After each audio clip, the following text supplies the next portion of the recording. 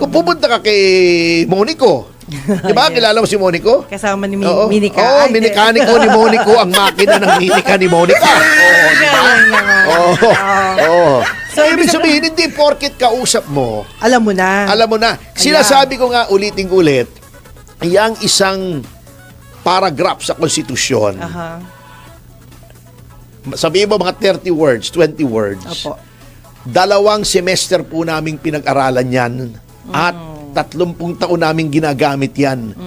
Pinag-aaralan namin yung mga decided cases. So do not go there, katulad ni Rizon Tiveros, do not go there, sasabihin mo, binigay sa iyo ng staff mo, Rule 39 ng Rules of Court, hindi pwedeng ipatupad ang desisyon without a motion. Ginawa mong ejectment court yung Supreme Court. Ah. Immediately executory na nga, kailangan pa ng motion. Oo nga. Nagtaka ako Excusable kung si Bam, si Risa magaganon. Ang hindi excusable, eto, nahilo ako, siguro mga 20 minutes akong hilo. Opo. Tumayo ba naman si Kiko Panghilinan doon, sinabi, bakit daw kung gusto ng Korte Suprema na pigilin ang Senado na ituloy yung trial, dapat daw nag-issue ng injunction? Anong injunction pinagsasabi niya? Unang-una, certiorari yun. Ayun. Pangalawa, nakalagay na nga immediately executory. Oo nga po. Ano pang kailangan mong injunction? Sinopla tuloy siya ni Chis Escudero. Opo. Sabi, well, there is nothing to enjoin. We have no jurisdiction. Oho. Ibig sabihin, okay yun kung si Risa o si Tito Soto o si Bam ang hindi nakaintindi. Pero si Kiko Panghilinan, abogado, Ayun. ano Hindi siya sinasabi ko, updated. not all lawyers are created equal. Hindi niya, pero sobra namang kengko yun. Oo, tama. Over naman yun. Wala akong kilalang abogadong ganun ka-ignorante sa principles of law. Immediately executory, bakit kailangan ng injunction? Haller! Baka yun ang advisor ni Senator Soto. Yun nga, sasabihin. Unahan mo lang ako eh. Sorry. Sorry. Yun lang yung pumasok sa Palagay ko ako yung legal luminary na nagsabi sa kanya, Oo. pwede mong i-disregard Oo nga. yung desisyon ng Korte Suprema. Diyos ko po, Eh, magkamag-anak yan eh. Parang magkamag-anak. Kiko, at talaga naman, alam mo, ito, sabihin yung harsh ako, mayabang ako. Pero, Diyos ko po, Kiko, Ganun ang kung dating hindi mo nun. na pangasawa si Sharon, saan ka kaya pinupulutin ngayon? Dapat si Injunction? Sharon Really? na lang. Really? Really? Alam mo, nakikinig ako na sa Century Hotel ako. Naka-earpods ako Nashock ka. para hindi ako makaabala. Opo. Nung sinabi ni Kiko sa ano? Ha? Really? Nagulat yung mga tao. Sabi, sorry po ha. Hindi ko talaga mapigil. Anyway, Kayo lang naman, attorney na talaga nakaintindi nag-iskandalo niyan. ako. Talaga hindi ako... Awa lang ako Injunction! Anyway, magbabalik po tayo dyan sa ating pag-aaral sa pagbabalik ng Yes, Yes, sa kahit sino. Separate but equal. Anong ibig sabihin ng separate but equal? Within their own sphere. Doon sa kanilang lugar, teritoryo, kung makasakuan, kanya-kanyang teritoryo yan. Yes, Parang, di ba? Parang, iyon tondo, kanyang Cavite, Di ba may pelikulang gano'n, di ba? Opo. Iyon tondo, kanyang Cavite. Iyo ang tondo, akin ang Cavite. Oo, Ayun. hindi, kanya ang Cavite. Kanya, Cavite. Hindi, kasi, Sige. anyway, parang Okay. third person ang nagsasalita eh. Opo. Iyo ang tondo, kanya ang Cavite. Ayun. Si FPJ yun eh. At okay. saka yung tatay ni Bong, si Ramon Revilla. Sr. Oo, si Yes. Sr. Opo. Okay. Yun yung pelikula nila. Anyway, ngunit may konsepto ng checks and balances. Ano yun? Yung para hindi nga manaig, para maging equal ang lahat, okay, ay may checks and balances. Ano yung checks and balances? Kapag nagmalabis ang lehislatura sa paggawa ng batas, pagpalpak, pwedeng, number 1, i-veto ng presidente. Ayun, yun yung part. Number 2, kung yung batas ay unconstitutional, yun ay ipapatupad pa rin siyempre ng presidente. Wala naman siyang kapangyarihan para mag-declare na unconstitutional ang batas. Sinong magsasabi na unconstitutional ang isang gawain ng legislature? Ang Korte Suprema. Ayan, okay. Okay. Anong check sa executive? Di ba? Number 1, impeachment. Yon yung ginawa kay Opo, Sara. Okay. opo. Number 2, budget. Ang naggagawa ng budget ay legislature. It has the power of the purse. Pag sinabi ng presidente, kailangan ko ng 1 bilyon para sa proyektong ito, pwedeng sabihin ng legislature, oops, 800 million lang. Ayun. Okay. Kaya, yung National Expenditure Program, yung NEP, sinasubmit ng presidente sa legislature, panukala lang ngayon. Ang legislature na magsasabing, ito pwede, ito hindi pwede, ito liitan, ito lakihan. Opo. Okay. Yun ang check. Ano naman ang check sa judiciary ng legislature? Impeachment din. Number 1. Number 2, budget din. Although may fiscal independence ang judiciary, tinitingnan din kung tama. Ayun. Oo. Anong check ng executive sa judiciary? COA, kung tama yung ginagawang expenditure. Para wag lang lumabis. Ayun. Ano ang power ng legislature sa check and balance? Isa lamang. Hindi siya humahawak ng budget. So hindi niya pwedeng bawasan yung budget ng Ng kabila. ng Pangulo. Opo. Hindi niya pwede habang ginagawa ang batas Opo. ng legislature. Halimbawa, nagdidebate. Ako may panukalang batas na lahat ng pangit ay doble ang tax. Hindi mo pa pwedeng questionin yun habang yun ay nasa loob ng legislature. Opo. Hindi, sinasabi ko ng extreme example para obvious. Yeah. Sige. Unconstitutional yun eh.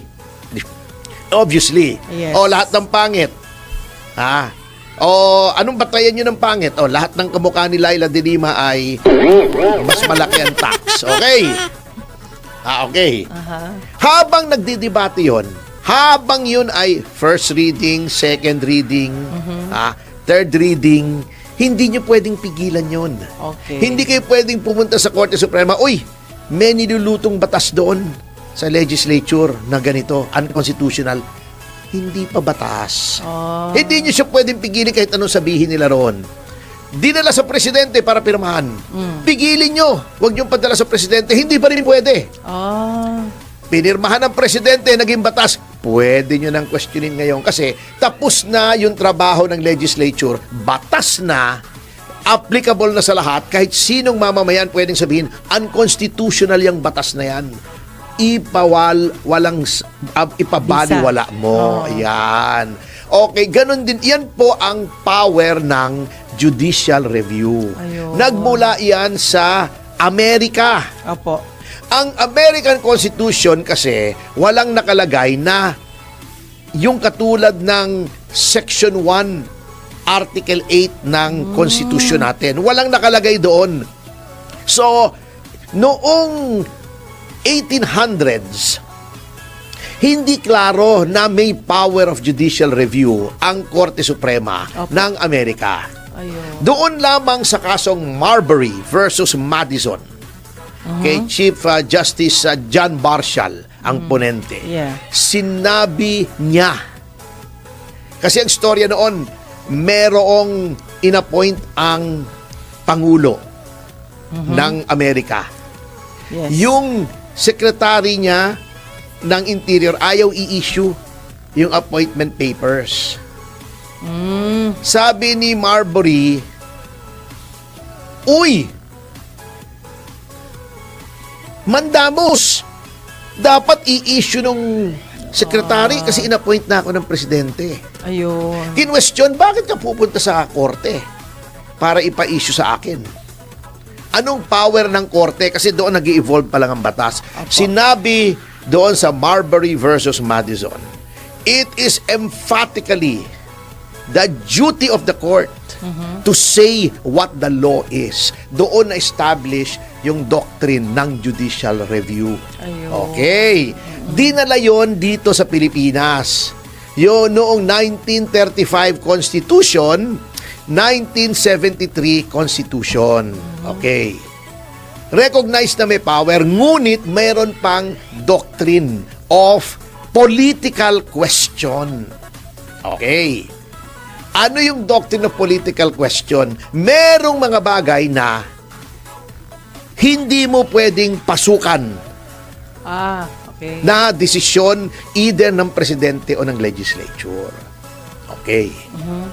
Yan ay political that pertains to the very essence of the duties of the president. Parang yun nga. Halimbawa, ang presidente ay nag-executive clemency. Hanggang ngayon, sa humble opinion ko, hindi pa rin pwedeng panghimasukan yun. Kasi that is plenary. Plenary hindi na buo, hindi yung plenary in the sense na, Opo. halimbawa, ang Senate, kompleto. Opo. That power is plenary, ibig sabihin exclusive within the executive, yung executive clemency. Opo. Pag may pinardon yan, hindi mo pwedeng panghimasukan yan. Okay. Pero halos lahat na, yun may doctrine ng political question, di ba? Opo. Ginamit kasi yun, you have to look at the historical experience. Every time na may ginagawa si Pangulong Marcos Sr. at kine-question sa Korte Suprema, Yes. sasabihin ng Korte Suprema, may doktrina na political question, hindi namin pwedeng panghimasukan. Ayun. Okay. Anong ginawa noong natanggal si Pangulong Marcos at nagkaroon ng Constitutional Commission? Constitutional Commission. Sabi nila, nire-review nila yung powers ng judiciary. Di ba, totally new yung constitution natin. Yes, From a yes. modified parliamentary system na bumalik sa presidential na, di ba, tinanggal yung unicameral. Di ba dati, batasang pambansa lang, isa lang ang legislature natin, ginawang 2 houses. Okay. Ni-review yun, pinalitan yung powers na wala yung prime minister, di ba? Ni-revise din yung sa Korte Suprema. Sinabi nila, ano bang dapat na power ng Korte Suprema? May nagsabi, dapat palawakin natin ang power ng Korte Suprema. Bakit? Kasi laging yung political question, ayaw mag-decide ng Supreme Court. Minsan, nang-aabuso na yung executive o yung legislature, ayaw pa rin kumilos ng Supreme Court. Di ba?